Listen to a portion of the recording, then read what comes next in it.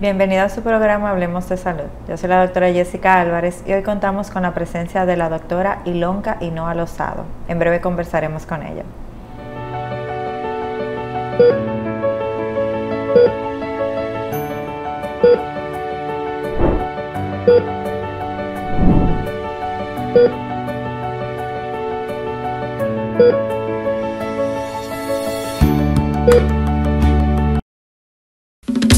Ser dominicano se siente, se baila, se escucha. Ser dominicano se saborea, se lleva en la sangre y el corazón. En las provincias fronterizas de nuestro país, la cultura, la música y el arte estarán más presentes que nunca, transformando comunidades. Soberanía 4.0 es una iniciativa nacional que pone en primer plano lo que nos define como pueblo, nuestro sello, nuestra identidad.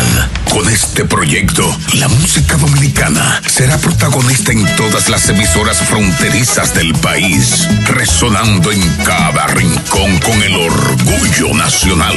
En Soberanía 4.0, nuestros talentos, nuestros géneros musicales serán los protagonistas con iniciativas como Sonando, que crea espacios donde la comunidad se une para celebrar la dominicanidad, transformando parques, escuelas y calles en escenarios vibrantes donde se escucha el merengue, se baila la bachata y se comparte con orgullo nuestras tradiciones, espacios y recreación musical con cantautores, un estudio de grabación móvil para identificar y promover el talento local, tardes de música en los parques, charlas en las escuelas y noches dominicanas con nuestros artistas más queridos y populares. Soberanía 4.0 es un puente entre generaciones para mantener viva nuestra herencia dominicana, buscando promover la cultura, apoyar a los artistas, educar a nuestros jóvenes en la identidad nacional y fortalecer el tejido social dominicano. Porque aquí nuestra música no es solo fiesta, aquí nuestra música es patria. Soberanía 4.0.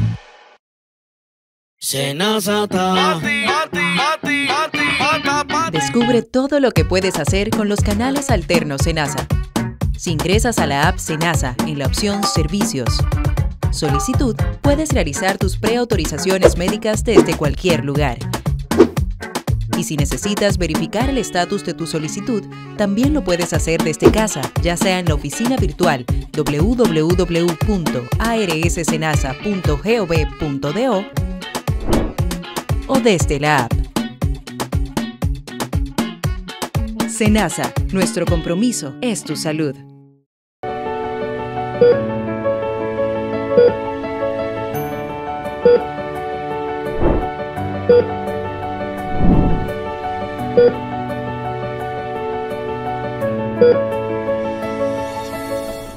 Como dije anteriormente, hoy contamos con la presencia de la doctora Ilonka Ainhoa. Doctora, un placer tenerla en nuestro programa. Hola, gracias Jessica por invitarme. Doctora, usted es nutrióloga. Ajá. Y la medicina tiene tantas áreas que siempre me da curiosidad, como que cómo fue su camino hasta llegar a esta especialidad. Hasta llegar a medicina. Entonces, mira, en mi familia directa no Ajá. hay como médicos, o sea, papá, hermanos, tíos, no tengo. Sí. Pero siempre me gusta ayudar, o sea, a las personas. Y creo que vi, o sea, en esta carrera vamos a decir, una forma o una vía de ayudar.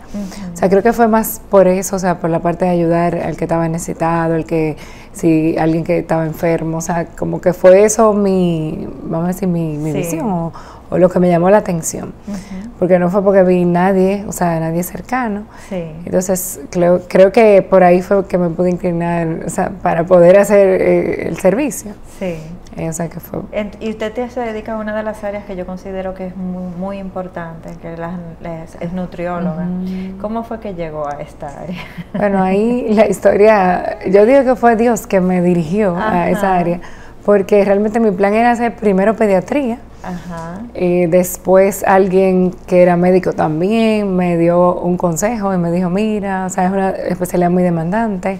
Si tú quieres tener tu casa como bien después con tus hijos, y, o sea, vas a tener como que dividirte de una forma que tal vez vas a descuidar una cosa u otra. Sí, claro. Entonces él me sugirió, él me dijo, mira, es mejor que escojas una especialidad un poco más suave. Sí, sí. Y yo pensé en oftalmo, porque me dijo, puede ser oftalmología o dermato. Y me llamaba la atención oftalmo en ese momento.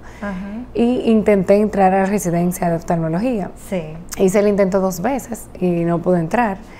Y estaban dando un posgrado de nutrición en INTEC. Y una amiga me dijo, mira, pero están dando un posgrado de nutrición, si tú quieres, cógelo, y después, si quieres seguir intentando oftalmo, pues vuelves y lo intentas. Sí. Y yo le dije, pues está bien, como que igual es algo de medicina y también me llamaba la atención. Entonces hice el posgrado y ya desde que lo hice, yo supe que ya esa era mi especialidad. Fue una diosidad totalmente. Así mismo, o sea, Dios me dirigió, o sea, me cerró aquella puerta y me abrió aquí. Sí.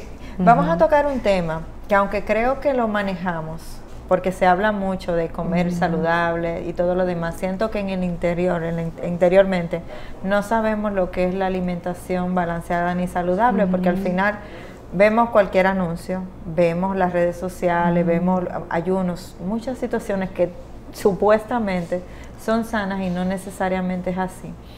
Entonces, lo primero que le quiero preguntar, doctora, cuando hablamos de alimentación balanceada, ¿qué es realmente la alimentación balanceada? La alimentación balanceada consiste en que tú tengas los nutrientes que tu cuerpo necesita y en un porcentaje o en una distribución adecuada. Sí. Normalmente las personas, por lo mismo que tú dices, por el desconocimiento, por las redes, tienden a inclinarse por la alimentación de moda, ¿sabes? La alimentación que socialmente hablando todo el mundo hace. Pero realmente una alimentación balanceada es una alimentación que tiene un buen aporte de carbohidratos, y hablamos de un 50 o 60% de carbohidratos, un buen aporte de proteínas, ahí entramos en un porcentaje de un 15 o un 20%, y un aporte de grasas de un 20 a un 30%. O sea, esa es la distribución adecuada o ideal o balanceada. Ay, doctora, pero usted me está hablando de una grasa con un porcentaje muy pequeño, yo creo que la hacemos al revés aquí. No, sí, pero eso te iba a decir. Y realmente la distribución incluso del tipo de grasa no es la que realmente, obviamente, es lo más recomendable. De lo mismo que te dije de los carbohidratos, que aunque aquí se come mucho carbohidrato, pero no necesariamente el mejor tipo de carbohidratos, o sea, la mejor elección, vamos a decir, de tipo de carbohidratos. Sí, doctora, y a través del tiempo, me refiero a cuando uno es bebé, uno está en la etapa de la adolescencia y ya la adultez, ¿la alimentación para ser balanceada tiene un cambio? Sí, tiene cambios, porque un ejemplo, cuando tú entras en la adolescencia, hay ciertos requerimientos, ejemplo en las jóvenes, o sea, niñas, que ya entran, un ejemplo, en su periodo menstrual, siempre uno les recomienda que tengan mayor aporte de hierro en su alimentación, porque hay un periodo donde hay un sangrado. En la parte de los jóvenes también es importante el aporte de calcio, porque están creciendo y por su masa ósea, masa muscular. O sea, sí recomendamos que sea un poquito más, o sea, intencional en fortificarse un chin más la alimentación. Cuando se es adulto, y un ejemplo en pacientes o personas, ya mujeres embarazadas, también obviamente la alimentación cambia, porque hay un mayor aporte que se debe ingerir de calorías, también igual de diferentes nutrientes, ahí entre el calcio y también otros nutrientes, hierro, o sea que sí va cambiando de acuerdo a la edad. Igual los envejecientes necesitan a veces mayor suplementación porque no logran comer en el plato habitual lo que necesitan, entonces ahí sí tenemos que suplementar con, vamos a decir, extras vitaminas, a veces hasta suplementos nutricionales de esos líquidos o polvo, pero todo eso es necesario si el paciente no logra vamos a decir, su ingesta óptima o sus requerimientos. Sí, doctora, usted sabe que durante toda mi niñez yo escuchaba que siempre mis abuelos decían, esa niña se está desnutriendo porque está flaquísima. Sin embargo, el que estaba gordito era el que se entendía estaba saludable. Actualmente esa percepción ¿usted la sigue encontrando o ya las personas han cambiado esto y han volcado un poquito más hacia la salud real que al estar gordo? Sí, ha habido un cambio porque realmente ya cuando se ve un niño gordito, a veces sí, ya uno ve los padres que se preocupan y dice, él está muy gordito, mira, la abuela era así, o sea, ya hay una preocupación. y ya ven que, mira, él come mucha grasa, ven que los otros niños no están tal vez igual que ese, que está más llenito. Entonces sí, ya no es que ese está mejor que el otro, sino que sí se ve que el que está más llenito no está bien, o sea, ya tiene un exceso de grasa que hay que ponerle atención. Sí. O sea, ahí sí se preocupan los padres, o mira, hay que ponerle un deporte, o sea, uno les recomienda, pero sí hay una preocupación que antes no había, como tú dices, porque antes se creía que ese era el niño saludable. Totalmente. O sea, ahora sí ellos se preocupan un poco cuando está gordito de llevarlo a la consulta. Y viceversa, o sea, hay niños delgados que yo no soy nutrióloga pediatra, pero sí a veces veo niños y a uno le consultan algunas cosas que yo le digo, mira, él está totalmente bien, o sea, no importa que sea delgado porque es su contextura, pero tiene una buena alimentación, tiene buenos valores en sus analíticas, entonces no hay por qué preocuparse. O sea, a veces si el niño o el joven, ¿verdad?, come bien, aunque sea delgado, el papá no tiene por qué preocuparse, o sea, los padres. Sí, también encontramos el tabú de que mientras uno va creciendo te dicen come lo que sea, que ahora es que tú puedes hacerlo. Sin embargo, ya llega esa etapa adulta. ¿Qué tanto afecta en la salud ese descuido durante toda esa adolescencia e infancia, ya cuando uno está en etapa adulta? Ahora, si tú supieras, sí repercute un poco más, yo te diría que antes, por el tipo de alimentación que tenemos, que es más procesada. Sí. De hecho, hay niños diabéticos ahora tipo 1, como antes no había, o sea, hay un porcentaje que ha subido altísimo de niños con diabetes. Entonces, ahí viene la repercusión de también el tipo de alimentación. Entonces, si tú tienes niños con predisposición ya a diabetes y de por sí, entonces tienen una alimentación que no es adecuada, entonces claro que va a repercutir en que tal vez el niño debute con la diabetes mucho antes de lo que tal vez debería. O sea, ahora uno ve niños de 7, 8 años, 9, incluso no solamente con diabetes tipo 1, que es lo de niños, sino con diabetes tipo 2. Que endocrinos nos han hablado de esta parte, endocrinólogos, de que ya se ve, o sea, que no es que ya es algo, o sea, de la condición, vamos a decir, del páncreas que no produce insulina, sino que de verdad es asociado a la obesidad del niño, a la alimentación, o sea, que sí repercute. Sí. Doctora, cuando estamos hablando de alimentación balanceada en un día normal de una persona adulta, ¿cómo iniciaría y cómo terminaría esto? Aquí vamos, o sea, como tú dijiste anteriormente, hay muchas corrientes, está el tema del ayuno, o sea, hay muchas corrientes, pero realmente para que uno tenga una alimentación balanceada y equilibrada, vamos a decir general, no por tendencia o individualizar los casos, sí uno siempre recomienda que haya un desayuno. Y el desayuno sí debe ser, o sea, lo más completo posible. O sea, que siempre tenga un buen aporte proteico, de alguna fuente de proteína, de carbohidratos, que tenga un aporte de grasa, incluso de vitaminas y minerales, que entran las frutas también, que nos aportan más, y fibras. Entonces, te voy a poner un ejemplo de un buen desayuno. Pudiera ser, un ejemplo, alguna porción de un víver, huevos, pueden ser 2 hasta 3, dependiendo el peso del paciente, ¿verdad? Y todo esto. Aguacate, que es un buen aporte de grasa en este sentido, con aceite de oliva, que también es un buen aporte de grasa, y alguna fruta. O sea, ahí tú tienes cubierto, vamos a decir, todos los nutrientes. Eso te iba a decir, todos los macronutrientes y también la parte de los micronutrientes de vitamina y fibras con la fruta. Sí. Entonces, luego recomendamos normalmente una merienda que haya media mañana.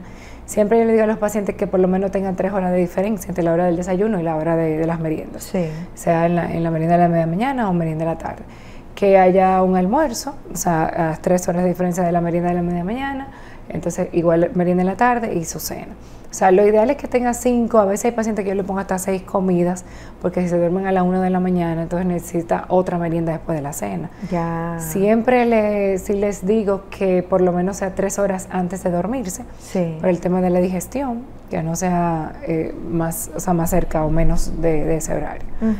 Pero sí, bueno, te digo, en cada alimento, o sea, por lo menos principal de desayuno, almuerzo y cena, que tú tengas los diferentes macronutrientes, que ahí engloba, por ejemplo, en el almuerzo, que sea un arroz, puede ser un víver, incluso puede ser una pasta, si es una pasta integral o artesanal, o sea, una buena pasta, igual una carne, que ahí entra un pollo, pescado, pavo, o sea, un aporte proteico ahí, igual vegetales por la fibra, las legumbres que tienen buen aporte de proteína y también de carbohidratos. O sea que ahí viene siendo, vamos a decir, tú tienes un buen almuerzo completo si pones toda esta variedad de alimentos. Sí.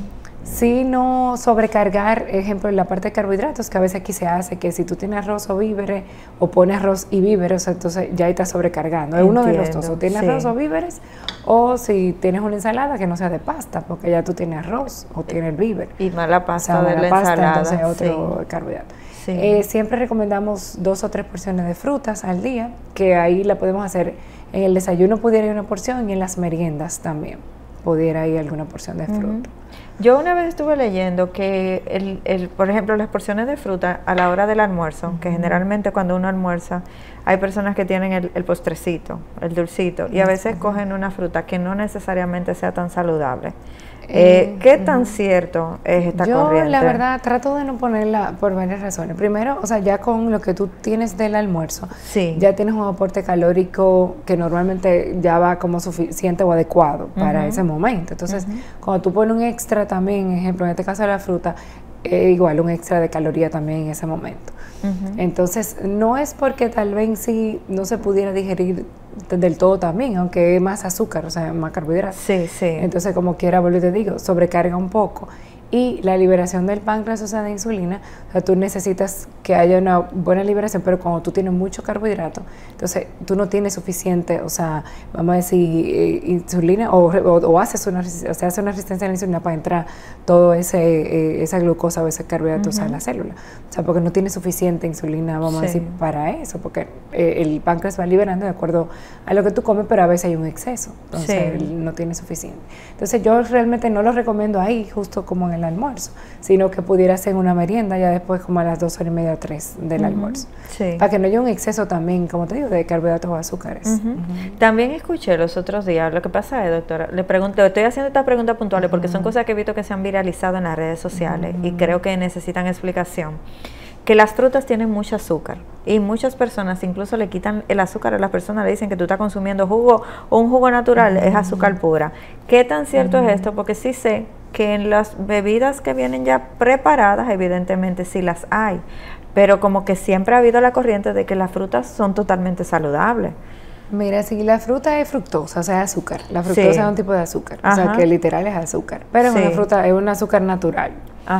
Entonces, cuando se pone líquida, o sea, cuando tú le haces jugo, la absorción es más rápida.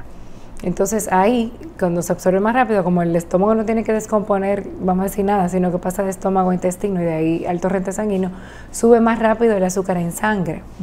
Entonces ahí vamos a lo mismo, o sea, tú no tienes suficiente chance para que esa azúcar entre, o sea, a la célula, vamos a decir, en el tiempo que debería. Entonces no es lo mismo cuando tú comes una fruta, o sea, una naranja, pedacitos de una lechosa, de una manzana, esos pedacitos cuando caen en el estómago tardan, porque tienen otro proceso de absorción, en descomponerse, o sea, en absorberse, perdón, y pasa al intestino, o sea, es más lento el proceso.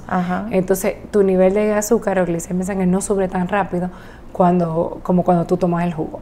Entonces yo siempre le digo a la paciente, mira, es que el nivel de absorción, o sea, el nivel de tu índice glucémico, o sea, tu nivel de azúcar en sangre te va a subir mucho más rápido, porque eso pasa, vamos a decir, mucho más rápido al torrente sanguíneo, cuando está líquido. Y agregándole que también se le echa azúcar. Sí, aparte de que le echan, pero a veces yo le digo, porque me dicen, pero que yo no le echo azúcar, doctora, yo digo, no importa, está líquido, entonces es lo mismo, como te digo, la absorción es más rápida, y ya de por sí es azúcar la fruta. Entonces yo siempre le digo, los jugos no son recomendables, sino que tú te comas la fruta, o sea, la fruta entera o en pedacitos. Y otra razón es que tú duplicas o triplicas la cantidad de la fruta cuando la haces líquida. Ejemplo, un vaso de jugo de naranja, tienes que usar 2, de verdad, hasta 3 naranjas. Pero si yo te voy a poner una merienda, te voy a poner una naranja. Entonces, ahí tú estás triplicando también o duplicando la cantidad de calorías. Entonces, cantidad de calorías, cantidad de azúcar de la fruta, pero azúcar, aunque no sea azúcar añadida. Entonces, son varias cositas, o sea, varias desventajas, vamos a decir. Sí, justo yo me estoy recordando que de chiquita mi mamá me partía el melón en 2 y me le agregaba azúcar para que yo me lo comiera. O sea que eso era como azúcar pura que me estaban dando. Azúcar sobre azúcar. Azúcar sobre azúcar. Lo que pasa es que la de la fruta no es procesada, o sea, es un azúcar natural. Y la verdad uno la necesita. Pero, vuelvo y te digo, en líquida vamos a decir, como se absorbe más rápido, sí tú vas a tener más exceso también de... Sí, pero también como adultos tenemos muchos, no quizás buenos hábitos, malos hábitos, que también es en el volarnos. Usted me está hablando de comer 6 veces al día, pero tenemos adultos que volamos el desayuno, la merienda no existe, y de repente vamos a comer a las 2, 3 de la tarde. ¿Qué tanto esta parte puede afectarnos físicamente? Y si esos cambios usted es capaz de verlo en la consulta simplemente con ver al paciente. Tú sabes que en la mayoría, cuando uno le dice recordatorio alimentario a los pacientes con obesidad o sobrepeso, yo siempre empiezo y le pregunto, mira, ¿qué tú desayunas? O sea, la mayoría o lo más frecuente. Y cuando le pregunto el desayuno primero, ¿verdad? Me dicen, no, que yo no desayuno. Y vuelvo entonces ya a media mañana, ¿tú meriendas algo? No, tampoco. No, yo almuerzo así mismo a las 2 de la tarde. Y la mayoría, o sea, de los pacientes con sobrepeso o obesidad, no desayunan. O sea, como el 80% yo te pudiera decir de esos recordatorios que yo le hago a pacientes obesos, la mayoría no desayuna. Entonces yo me voy a la pregunta y digo, bueno, entre comillas, ya eso es un ayuno indefinido que ellos han hecho por largos años y ejemplo a ellos no les ha funcionado porque la gente cree que el ayuno intermitente, o sea, no funciona así, como que yo simplemente como a las 2 y ya, como lo que yo quiero y hago lo que ya voy a rebajar. Lo que pasa es que si tú le das 12 horas diarias de hambre a tu cuerpo, tú tienes que aumentársela al doble para que te funcione. Más o menos entendí que es una situación así. Sí, más o menos. Porque tiene que como disrutir esa parte. Como interrumpir ese ayuno. Pero vuelvo y te digo, la mayoría no lo hace, o sea, tú le preguntas y no desayunan, comen así mismo en el almuerzo, pero ahí también tienes que ver qué tú comes, porque no es romper el ayuno con, yo voy a comer refresco y con McDonald's. También, todo lo que no me comí me lo voy a comer ahora. Totalmente. O sea, eso influye también. Entonces, ellos obviamente almuerzan, pero claro, no lo adecuado, pero sí tienen ese ayuno. Entonces, lo que sí pasa, que el cuerpo, como tú no le das, vamos a decir, la suficiente cantidad también de nutrientes, tú sabes, de alimentos a los momentos que él necesita, porque realmente cuando tú te despiertas y ya vas a empezar tu actividad del día a día, él necesita, o sea, de dónde saca energía y la saca de los alimentos. Entonces, como tú no se la estás dando, o sea, él baja un poco el metabolismo, entendiendo que, bueno, no tengo de dónde, obviamente lo voy a coger de adentro, pero tengo que bajar mi metabolismo para poder usar la energía que tengo, no de la que me dieron, porque no tengo, no me dieron. De reserva que viene sacando. Entonces, ahí él baja el metabolismo y cuando come el paciente o la persona, ¿verdad? Después del almuerzo, entonces ya de verdad con un metabolismo un poco más lento y como te dije, alimentos más altos en grasa, tal vez más procesado y todo, el cuerpo tiende a guardar, o sea, como esa, vamos a decir, él hace como una reserva, y dice, como no me dan lo suficiente, yo voy a reservar para como evitar que me falte. Entonces ahí es que empieza, que acumula y lo guarda como grasa. Entonces ahí se influye, o sea, en el peso. O sea que como quiera hay un efecto negativo que sí, tiene, no eso te iba a decir, en ese punto no es positivo.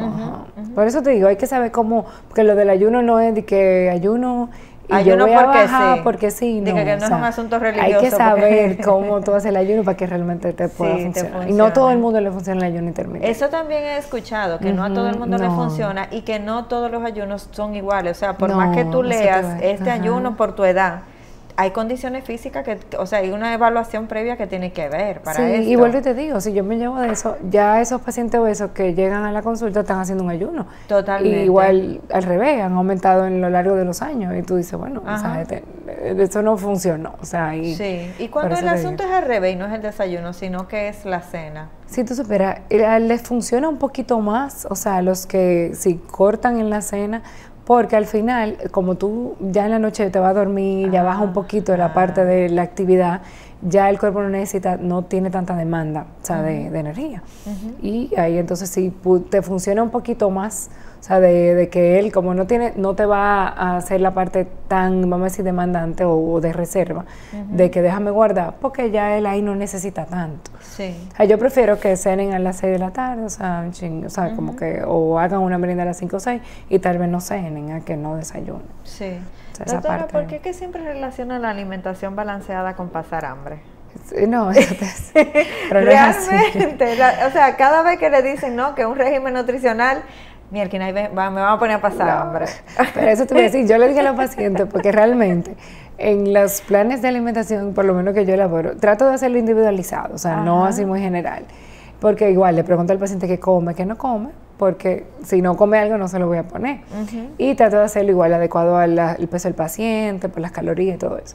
Entonces, algo que, por ejemplo, ayuda, o sea, o vamos a decir en esta parte, es que tú distribuyes, como te dije, o sea, 5 hasta 6 veces, y yo es lo que le digo a los pacientes, se supone que tú estabas haciendo tal vez 3 comidas, o tal vez como hablamos de que almuerzan y cenan, o 2, yo te voy a poner 5.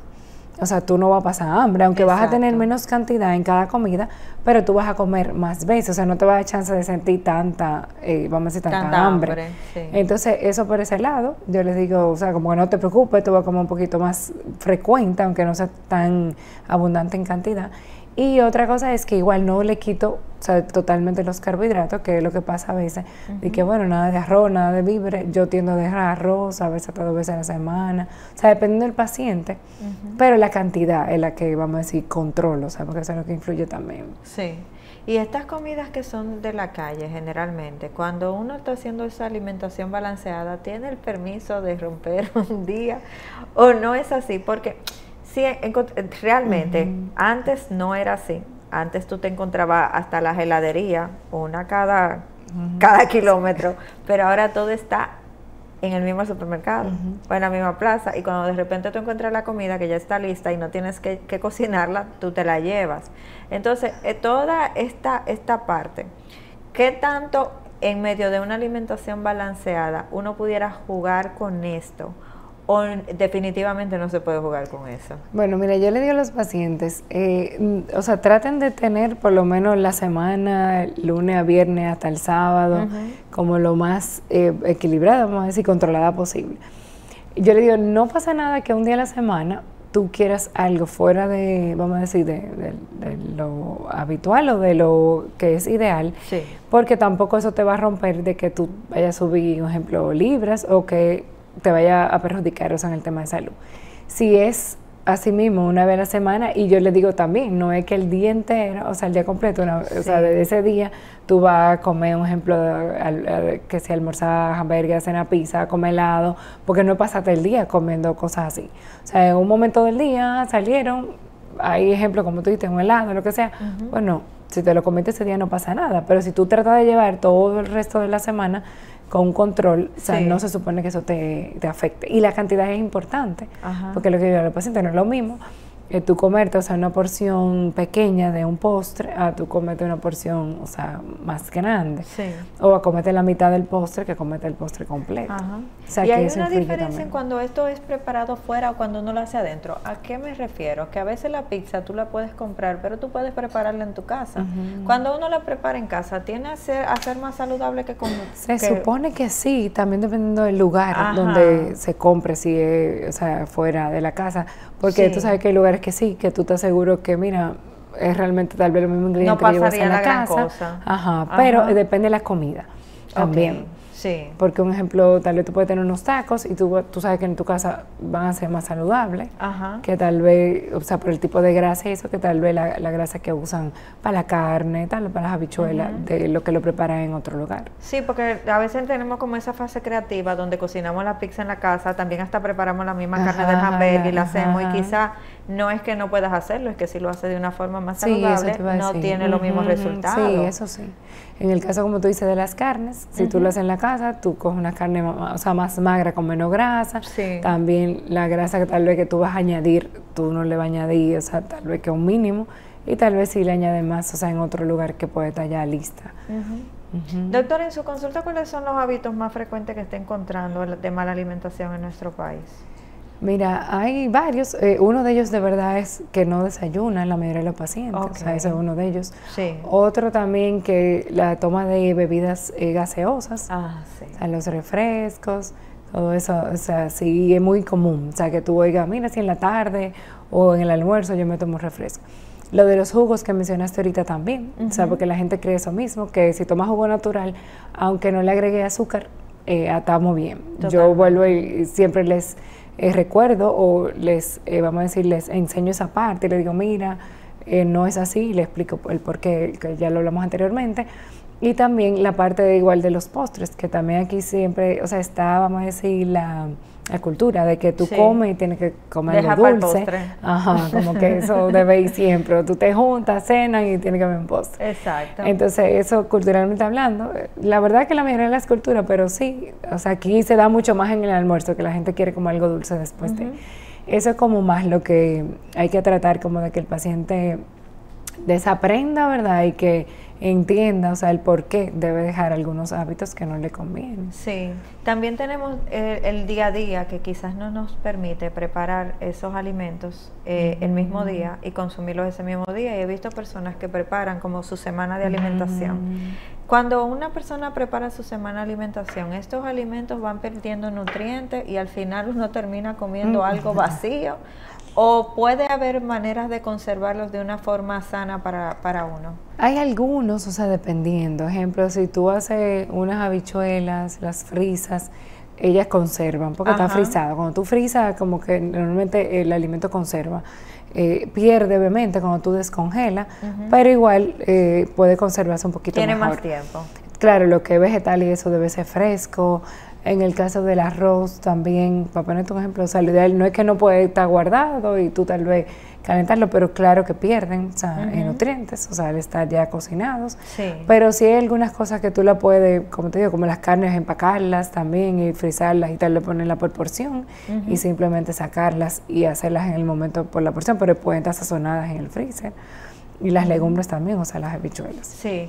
Pero me han pasado a veces la información de que uno de los alimentos más peligrosos guardados es el arroz y la gente no lo sabe. No, eso te iba a decir, lo del arroz, o sea, es bueno hacerlo fresco. El momento es fresco, el momento.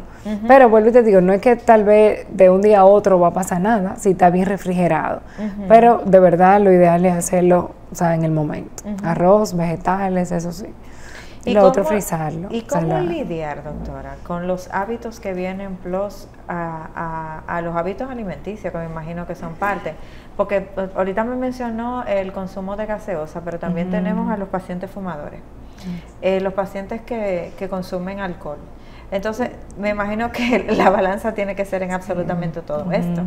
Eso te iba a decir, es vamos a decir, la gente a veces cree que es una sola, vamos a decir, una sola pata, vamos a decir, de algo, sino que es como un rompecabezas completo. Exacto. Porque realmente la alimentación es una de las, de todas las, vamos a decir, herramientas o todo lo que uno debe, ¿verdad?, de mantener para estar saludable, pero está también el ejercicio, están los hábitos así mismo tóxicos, como tú dices, que el alcohol, el fumar, que obviamente afectan a tu salud, porque tú puedes tener una buena alimentación, pero si fumas todos los días, claro que va a tener problemas cardiovascular.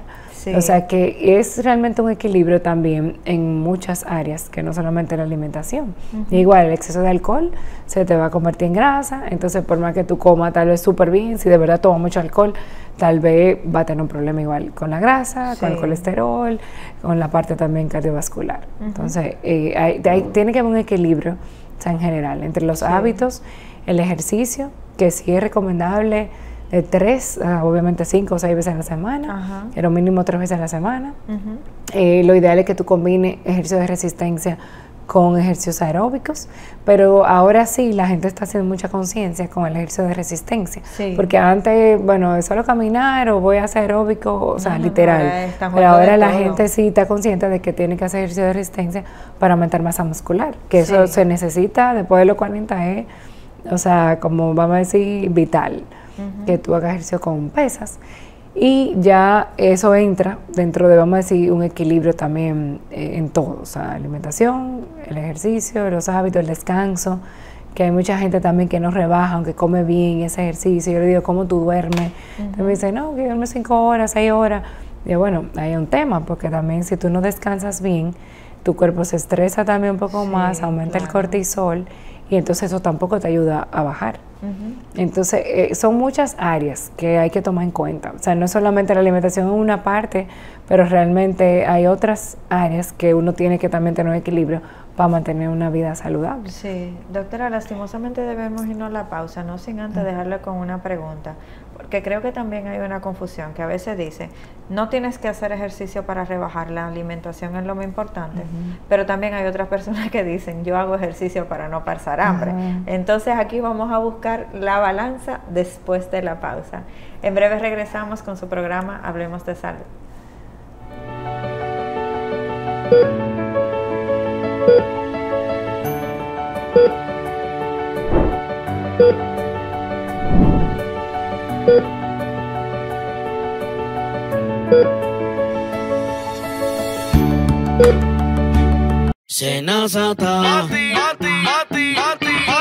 Descubre todo lo que puedes hacer con los canales alternos Senasa.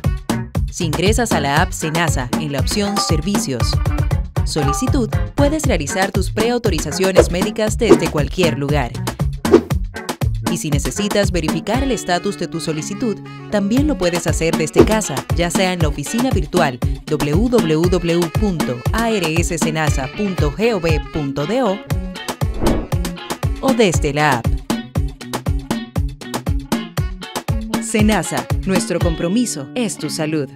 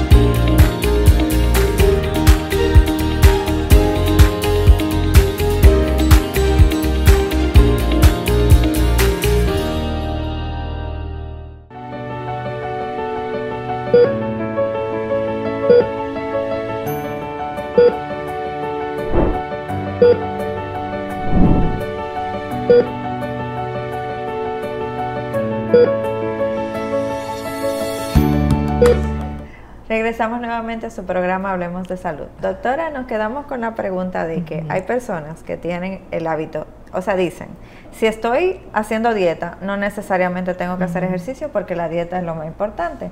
Pero está la corriente que dice, yo hago mucho ejercicio en la semana entera para no pasar hambre y comer todo lo que quiera. ¿Dónde está el balance entre una cosa y la otra? Mira, es como te dije, es un conjunto y realmente las dos cosas son importantes. Obviamente la alimentación tiene mayor impacto en la pérdida de peso que el mismo ejercicio, porque, por ejemplo, si tú haces ejercicio y no corriges o tienes una buena alimentación, fácil tú vas a ver una bajada o una disminución del porcentaje de grasa que te vas a ver más, vamos a decir, disminuida en la parte de cintura, cadera, o sea, en tus medidas, pero tal vez no va a haber mucha diferencia en el peso, o sea, tiene que estar combinada con la alimentación. Pero tú puedes tener, o sea, una buena alimentación y si no hace actividad física, o sea, vamos a decir, está buena alimentación, está la dieta, y si no hace actividad física, entonces, ok, vas a bajar, pero no vas a bajar disminuyendo tal vez el porcentaje de grasa como debería de bajar, o sea, con mayor, vamos a decir, el porcentaje de grasa más disminuido y también con mayor masa muscular, o sea, con aumento de la masa muscular. Porque cuando tú bajas de peso, tú pierdes grasa, pero pierdes músculo. Entonces, si tú no estás haciendo la actividad física, muchas veces tú puedes perder músculo y eso no es bueno para tu salud tampoco. Entonces, por eso es que tiene que haber una combinación. Entonces, siempre le digo, mira, tienen que hacer ejercicio porque tú vas a perder masa muscular y tampoco es bueno, o sea, para ti, o sea, para tu salud en general. Entonces, ahí sí viene ese tema de que el ejercicio nos ayuda con disminuir porcentaje de grasa y aumentar masa muscular y la alimentación, claro, con que el peso de verdad pueda disminuir más. Entonces, ahí tenemos un balance, vamos a decir, de que tenemos más fit o más, lo más ideal. Porque generalmente entonces eso viene acompañado de la flacidez que generalmente vemos, que es muy común en las personas. Sí, eso te voy a decir. Porque si tú no aumentas masa muscular, va a haber flacidez. Igual, es mejor que una persona haga ejercicio y no haga dieta a que haga dieta y no haga ejercicio, si tú supieras. O sea, dieta en general, o sea, porque obviamente el que come saludable, pues bien, pero te digo en el sentido como hasta de la parte de salud porque cuando tú haces actividad física, es lo que te digo, o sea, hay menor porcentaje de grasa y hay un aumento de la masa muscular. Estamos hablando de ejercicios de resistencia, o sea, combinado de resistencia con cardiovascular, pero de los dos, cardio y pesas. Sí. Pero más las pesas, o sea, darle más énfasis o más importancia a lo de las pesas. Entonces ahí yo te diría que obviamente tienen que estar las dos, pero hay gente que lo hace nada más el ejercicio y no se cuida, pero yo te digo, ese tal vez está un poquito mejor que el otro, que a veces que tú le haces la etiqueta súper bien, pero por eso, porque hace ejercicio. Pero tú no vas a ver darle mucha diferencia en el peso en ese paciente, eso es como lo que más, tú sabes, le pudiera afectar, que en el peso tú no ves mucha diferencia. ¿Y físicamente se le pudiera ver a algún paciente quizás alguna desnutrición de alguna forma, ya sea caída del pelo, las uñas, o sea, el cuerpo te habla cuando algo no anda bien? Las uñas van a estar como más quebradizas, el pelo también tú lo ves como quebradizo, o sea, las uñas te rompen más fácil, la piel está como opaca y como deshidratada, o sea, tú ves signos en la persona de que hay pérdida del pelo, o sea, del cabello, o sea, todo eso pasa cuando hay desnutrición, o sea, que sí tiene una connotación, aparte de que tú le notas la flacidez, como tú dijiste, o sea, tú ves una pérdida de masa muscular, de fuerza, o sea, el paciente no tiene suficiente fuerza, tú le puedes hacer varias pruebas y el paciente no tiene fuerza bien de agarre, o sea, de levantarse adecuadamente, o sea, tú notas que el paciente tiene, vamos a decir, una desnutrición con algunas pruebas que puedes hacerle al paciente. Entiendo. Doctora, hay otras situaciones, como el café y los té. Hábleme un poquito de estos dos hábitos. El café, de hecho, tiene nutricionalmente hasta beneficios. O sea, de verdad actúa como acelerador o quemador. O sea, se ha visto ahora también en estudios que hay beneficios incluso para la parte hepática.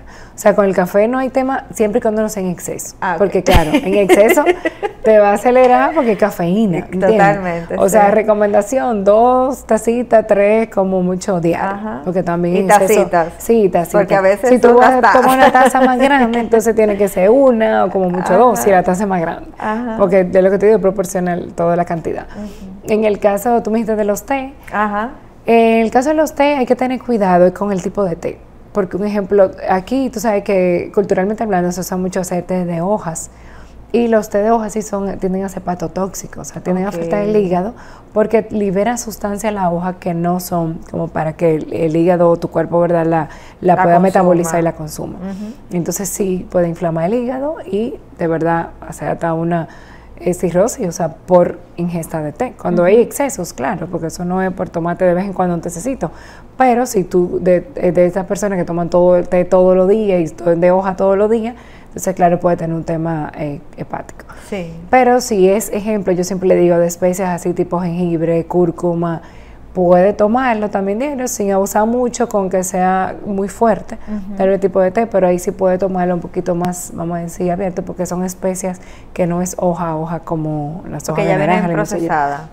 No es que vienen procesadas, acuérdate que la hoja libera sustancias que no son como para el consumo, vamos a decir, humano, claro. O sea, de nosotros. Entonces, por eso es que puede tener afectación en el hígado. Pero las especias sí es diferente, o sea, no es la hoja, sino que en este caso la especia sí tú puedes procesarla mejor, o sea, metabolizarla mejor, ahí no va a haber mucho tema con la parte, o sea, hepática. Sí, también encontramos que generalmente cuando vemos personas que están haciendo mucho ejercicio y que están en muy buenas condiciones físicas, al lado encontramos energizantes o encontramos este tipo de productos. ¿Qué tan bueno realmente o dañinos son para la salud? Porque es que no me parece. Mira, hay, vamos a decir, diferentes tipos, porque tampoco se puede dedicar todo lo satanizar que toman, no, satanizar todo, no. Ejemplo, hay aminoácidos que sí son recomendables cuando el paciente hace ejercicio de más resistencia. Siempre uno les recomienda que se lo tomen durante el ejercicio. Yo siempre sí les recomiendo que no tengan cafeína, porque aunque es un acelerador, igual puede acelerarte de una forma tal que tú estás haciendo ejercicio, igual el corazón se acelera, tu latido está más rápido, o sea, que no hay por qué llegar como a activar un chin más. Yo prefiero que sean sin cafeína ahí. Pero sí son importantes esos aminoácidos y la creatina, que se ha hablado mucho de la creatina también últimamente. Esto sí ayuda con la masa muscular. Sí, a los pacientes que hacen actividad física de resistencia, o sea, ejercicios de pesa, incluso aunque no hagan de resistencia, ya se está recomendando incluso para personas mayores.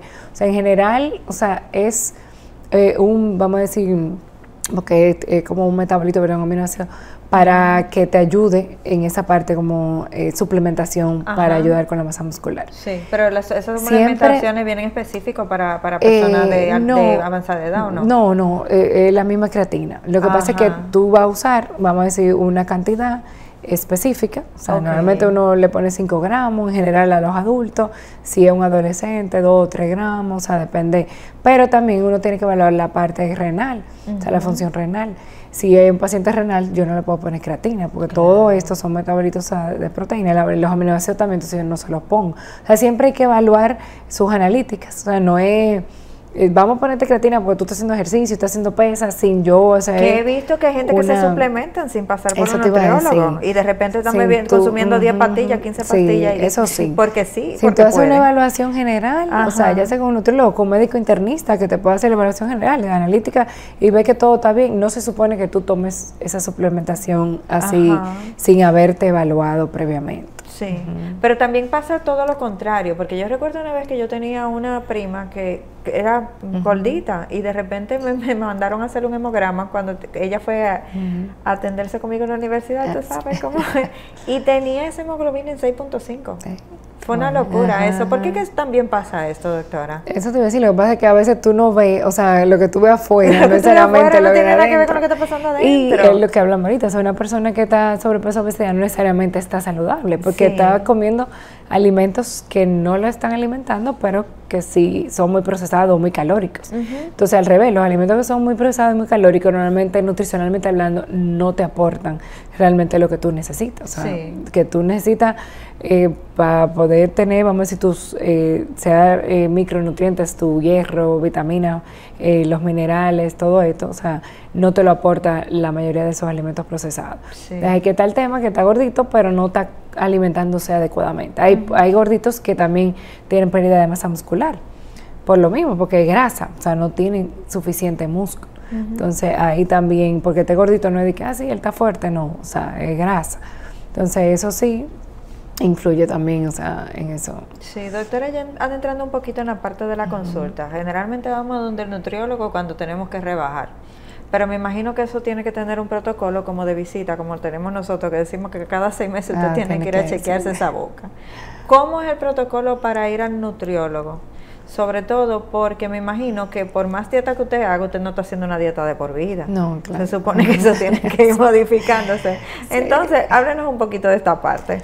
Mira, yo le digo a los pacientes, primero, que siempre es bueno, ejemplo, ya sea que yo como nutriólogo o un médico internista evalúe de forma general, como te dije, todo, o sea, sus analíticas, que haga tal vez si hay que hacer una sonografía, o sea, estudios generales. Totalmente. Entonces, después que tenga esto, o sea, vaya, porque tengo que ver así mismo, si cómo está su hemoglobina, si no tiene anemia, si no tiene déficit de vitamina D, de hierro, o sea, todo eso. Pero también usted puede percibir a medio de eso también si va encaminado hacia una diabetes, me imagino. Sí, claro. O si el riñón, por ejemplo, no le está funcionando en una etapa inicial. Eso te iba a decir. Su glicemia, si está en límite, si está la hemoglobina glicosilada también ya en límite, tú dices, mira, tú estás ya en una prediabetes, entonces vamos a referirte al endocrino o vamos así a tomar las medidas con la alimentación y el ejercicio, que eso obviamente va a revertir, o sea, sigue iniciando, o sea, en inicio. Sí. Pero lo que tú dices, el paciente tiene que evaluarse, o sea, lo ideal es que fuera anual. Si es un paciente que come bien, no tiene que ir ni siquiera cada par de meses, porque si se alimenta bien y hace su ejercicio, debe mantenerse simplemente para revisar la parte de analíticas, o sea, y ver cómo están sus vitaminas y todo en general, esos valores.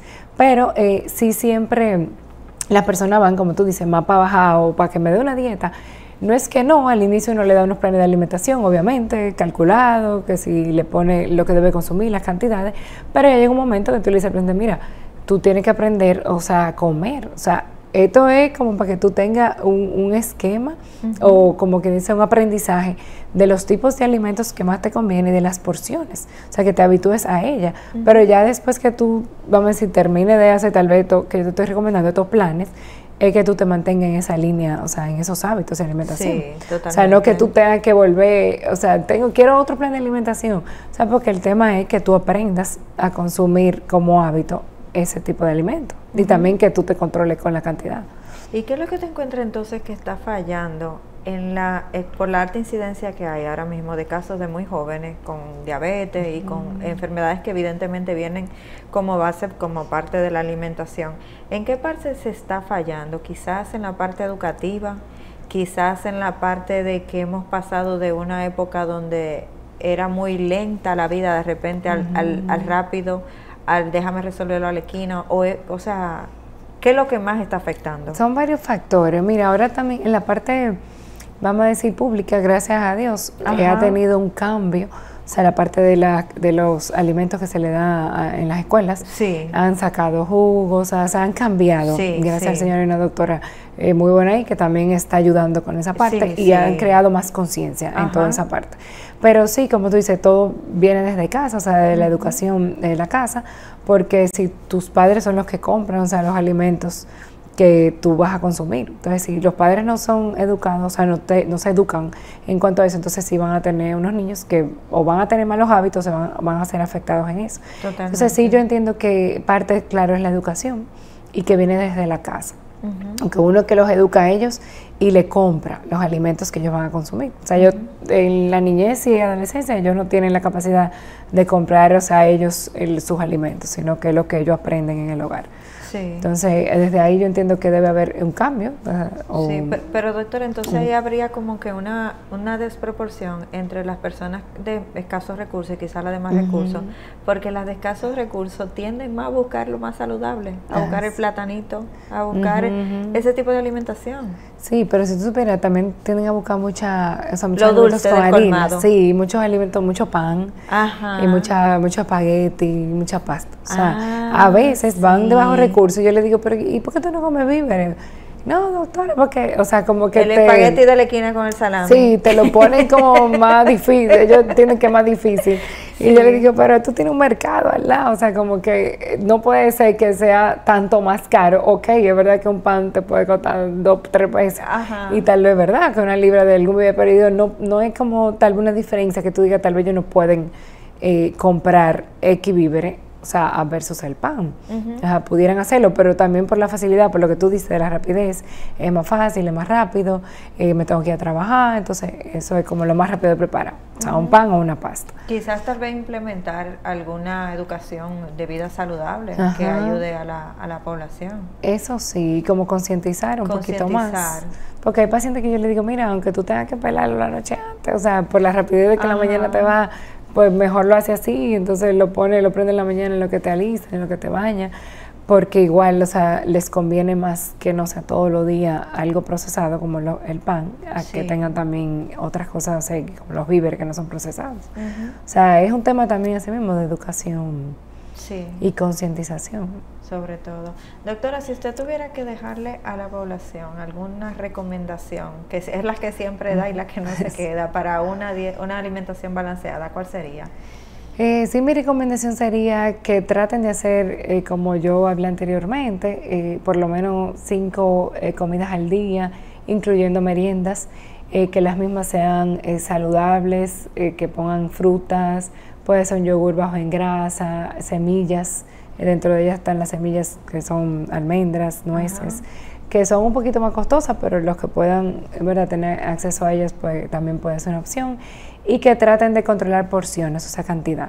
O sea, es importante el equilibrio en la cantidad, o sea, en la variedad también de los alimentos, que traten de no ingerir siempre los mismos tipos de alimentos, sino variar, tanto todo tipo de alimentos, o sea víveres, sea vegetales, frutas, o sea, que haya variedad. Siempre uno le dice a los pacientes variedad, o sea, en tipo y en colores, porque cada color te aporta un tipo de nutrientes, o sea, específico que no te lo aporta otro.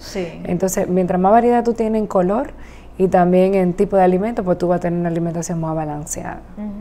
En el uso de pescados, porque vemos que hay muchos que lo conservan durante mucho tiempo, ¿esto es un poquito peligroso o no? Los pescados pueden estar congelados, pero lo ideal es que si lo pueden comprar frescos, mejor. Perfecto. Porque ahí tú tienes, obviamente, más rejuego. Más rejuego y también tu nutriente está más intacto. O sea, no es que no se puede congelar, pero la verdad que un pescado fresco, o sea, no es igual que un pescado congelado. Doctora, lastimosamente se nos ha acabado el tiempo, pero siempre dejamos la pantalla para que dé sus contactos por si alguien de la población quiere ir a su consulta. Sí. Bueno, yo estoy en Sedimat, el teléfono de allá es 809-565-9989 y ahí pueden pedir la cita en nutrición, y estoy en el centro IDA Healthcare, ahí lo pueden buscar en Instagram también, ahí estoy también para servirles. Doctora, de verdad que ha sido un placer tenerla en el programa y creo que hay mucha información. Se quedó mucha información muy importante. Sí. Esto ha sido todo por hoy en su programa Hablemos de Salud, y hasta un próximo encuentro. Se despide Jessica Álvarez.